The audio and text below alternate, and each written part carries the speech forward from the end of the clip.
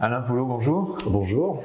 Vous êtes le président de Mon Épi, qui est un réseau d'épiceries participatives. Oui, alors je suis cofondateur de Mon Épi. Ouais. Actuellement, je suis plus président depuis quelques mois, puisqu'en fait, on a une présidence tournante. Tous les 2 ans, on passe la main à quelqu'un d'autre. Ça, c'est un principe de gouvernance horizontale de l'entreprise. Ouais. Et comment est née justement l'activité? Ça remonte à combien de temps maintenant? Ça remonte à 2015, où dans notre village, en fait, j'étais à l'époque élu et on a voulu recréer de la vie dans le village. Et donc pendant 1 an, on a travaillé avec une dizaine de citoyens du village pour essayer de trouver un modèle économique qui puisse fonctionner, parce qu'on avait des supermarchés tout autour du village. Ouais. Et là, un commerce de cœur de village n'est pas viable économiquement. Et donc on a travaillé pendant 1 an pour arriver à mettre en place un modèle. Et donc à cette époque-là, on a concouru à un concours qui s'appelle Utopie réaliste du parc naturel de la Haute-Vallée de Chevreuse. Le dossier n'a pas été retenu, jugé peu crédible. Ils nous demandaient de revenir l'année suivante, et on a quand même ouvert notre épicerie 6 mois plus tard. Ouais. Et très rapidement, en fait, on a des citoyens des communes aux alentours qui sont venus nous voir pour nous demander de les aider à faire la même chose.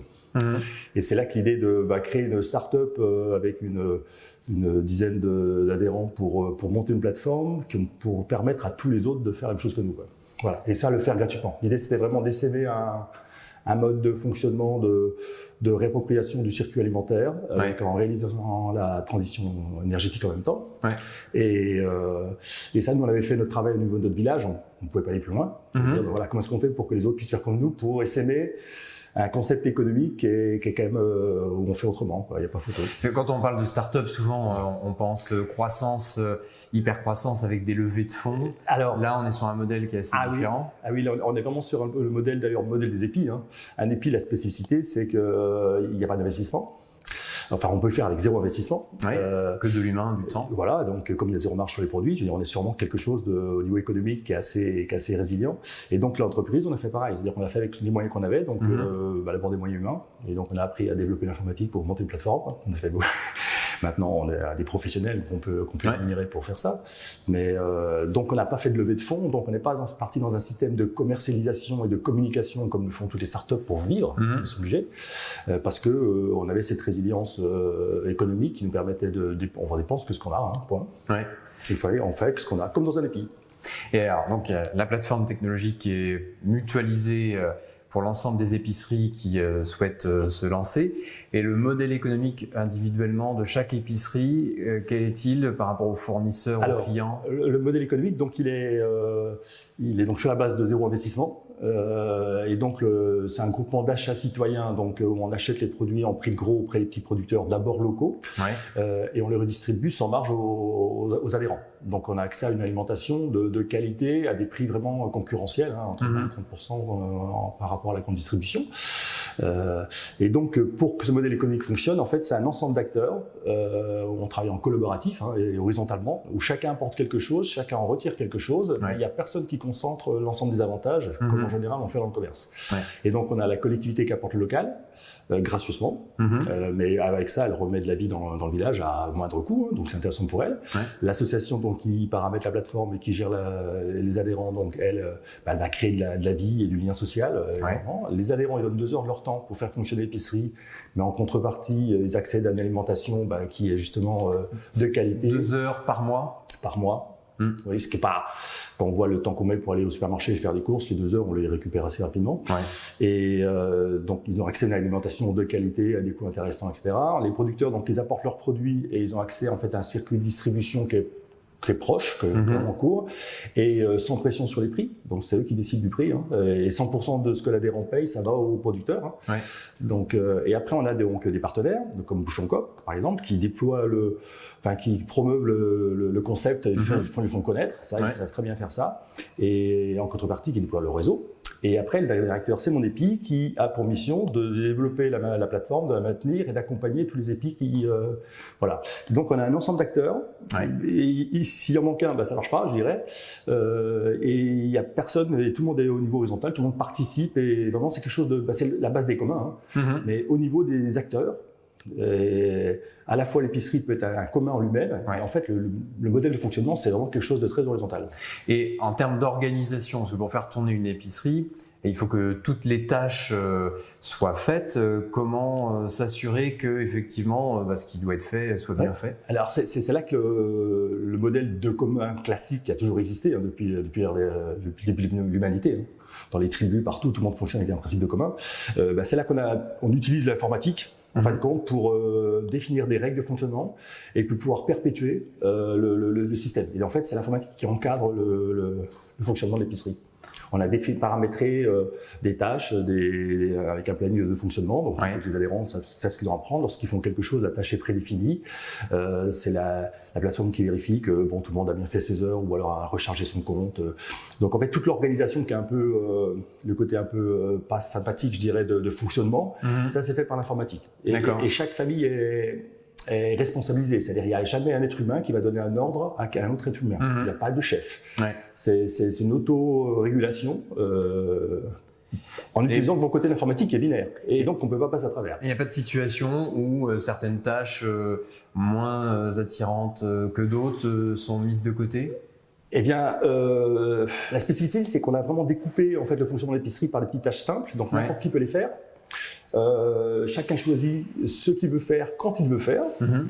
Et en fait, des spécificités de la plateforme de fonctionnement, c'est qu'au départ, lorsqu'on a développé, on n'a pas réussi à reproduire un système de planning agenda classique assez complexe, parce qu'au niveau informatique, on était à un niveau un peu faible. Et donc, on a fait simplement une liste des tâches à faire dans l'ordre de ce qu'il y a à faire. Donc, il y a les premières de ces jours-ci, cette semaine, le mois prochain, puis fin de l'année. Et donc, naturellement, en fin de compte, les gens cliquent sur les premières tâches qui arrivent, puisque c'est les premières qui se présentent. Il faut dépiler, en fait. Il faut dépiler. Et là, on est sur quelque chose qui n'a pas été voulu comme ça, mais qui marche très très bien, et les gens le dépilent. D'accord. Et dans le pire des cas, s'il y a une tâche pour des choses qui sont, des tâches qui sont importantes, si jamais une tâche n'est pas prise 48 heures avant, il y a un mail qui part automatiquement dans son des adhérents pour leur dire, là, la tâche n'est pas prise. Si personne la prend, l'épicerie sera fermée. Tout le monde est au courant, dans ce cas-là, ça pose aucun problème. Et puis ceux qui sont un peu en retard ou pour des choses à faire, qui se libèrent, en général, il y a toujours sur un groupe, dans un collectif, quelqu'un qui a le temps et dit OK, je prends pour débloquer la situation. Et alors pour le consommateur et en même temps participant et adhérent, donc il bénéficie de 20 à 30% de prix plus bas que la moyenne du marché. Pour les producteurs, vous disiez que ils fixaient eux-mêmes les prix. Est-ce que le fait d'avoir des prix beaucoup plus bas indirectement les oblige, les contraignent à réduire leurs prix, ou au contraire ils arrivent à dégager des marges plus significatives? En fait, au niveau du producteur, c'est un achat en prix de gros. Donc le prix de gros n'est pas le prix de vente individuelle. Lorsque vous achetez des pommes de terre à l'épicerie en vrac, vous prenez un paquet de pommes de terre, ça peut être 2 € les pommes de terre. Si vous en prenez 500 kilos au producteur, c'est 70 centimes. Et comme après, c'est la logistique. Mais comme la logistique assurée par l'épicerie, par l'association, qui elle n'a pas de salaire à remettre dessus puisque c'est des adhérents qui le font, eh bien, on a directement le prix de gros, directement au consommateur. D'accord. Donc on est sur des règles économiques très basiques. Le producteur vend au même prix, voire plus cher. Souvent, oui, il vend même sa marge de gros, parfois elle est supérieure à celle qu'il vendrait à un commerçant, par exemple. Donc économiquement, tout le monde s'y retrouve. Économiquement, nous, au niveau des producteurs, on n'a que des retours positifs. Parce que il n'y a pas de pression, ça leur donne des bouchées supplémentaires. C'est une relation non pas avec un commerçant qui leur achète des produits pour les revendre, mais avec des consommateurs. Et ça, c'est quelque chose qui crée un lien. On est dans l'alimentation, on n'est pas dans la consommation. D'accord. Et donc les relations sont pas, c'est pas une question de profit, c'est une question de dire est-ce que le produit est bon, est-ce que vous me rachetez l'année prochaine, est-ce que vous êtes content de ce que je fais, de mon travail. Et en 2021-2022, là, le réseau arrive à quelle volumétrie en nombre d'épiceries, en nombre d'adhérents, en volume de chiffre d'affaires, par exemple? On a commencé donc en première épicerie en 2016, la deuxième en 2017. Fin 2018, on a peut-être une dizaine d'épiceries de plateformes qui commencent à se créer. Aujourd'hui, on a 330 projets qui sont ouverts, dont 115 qui fonctionnent au quotidien. Et pour un total d'adhérents, à peu près combien de on personnes? est à 8000 adhérents, on va finir l'année à 10 000 adhérents. D'accord. Voilà, c'est quelque chose qui prend du temps parce qu'en fait, les épiceries, en moyenne, c'est 100 familles, quoi. Hein, donc, et ça peut aller jusqu'à 100 000 € de chiffre d'affaires annuel. Et puis, j'imagine qu'il avait fait un peu boule de neige. C'est-à-dire plus il y a d'épiceries, plus ça inspire localement. Oui, parce qu'en fait, on a vu, nous, avec le concours Utopie Réaliste depuis le départ, c'est d'imaginer que des citoyens peuvent se prendre en main et gérer une épicerie comme des professionnels. Bon, On dit faut voir, on en parlera dans quelques années. Et en fin de compte, on se rend compte que, par exemple, pour les écarts de stock de certains épices sont de l'ordre de 0,20%, quand dans le commerce, ils sont plus proches de 5%. C'est-à-dire des non-professionnels, mais parce que c'est encadré dans une plateforme qui fonctionne bien, et puis que il n'y a pas de... L'épicerie appartient à chaque adhérent, à chaque ami, donc il y a des erreurs, mais par contre, c'est sans commune mesure par rapport au commerce. Oui, d'accord. Et donc, c'est très efficace.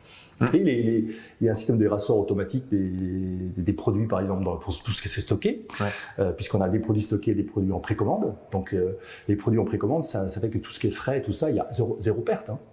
Puisqu'on commande uniquement la quantité que chacun a besoin. Alors, décrit comme ça, en fait, on a l'impression qu'il n'y a que des avantages. Et que probablement le nombre d'épiceries et d'adhérents risque d'exploser dans les années qui viennent. Est-ce que vous avez des projections, des ambitions, des perspectives?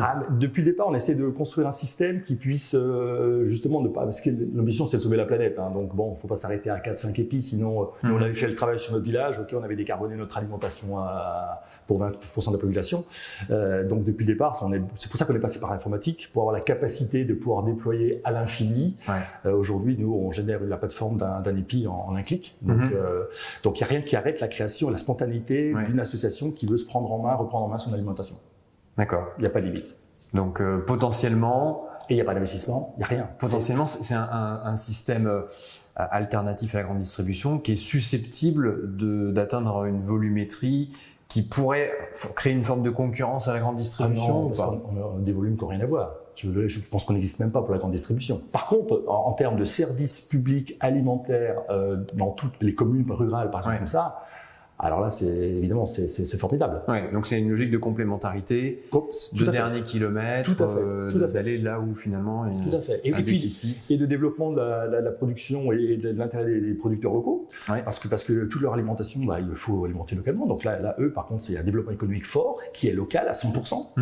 Ce que ne peut pas faire la grande distribution non plus. La grande distribution, c'est du regroupement, de la consolidation de grandes zones de surface. Et c'est comme ça que le modèle économique tient d'ailleurs.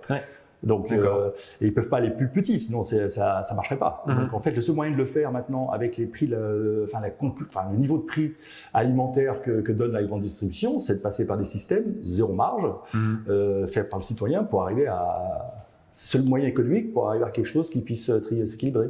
Donc en fait, la grande distribution a détruit complètement le réseau d'épiceries de petits producteurs des années 50, parce que les épiceries, il y avait dans tous les villages, et en baissant les prix. Et là aujourd'hui, en fait, c'est le retour un peu du consommateur qui dit si nous on fait la même chose, là on peut être concurrentiel. Très bien. Merci Alain. Voilà, avec plaisir.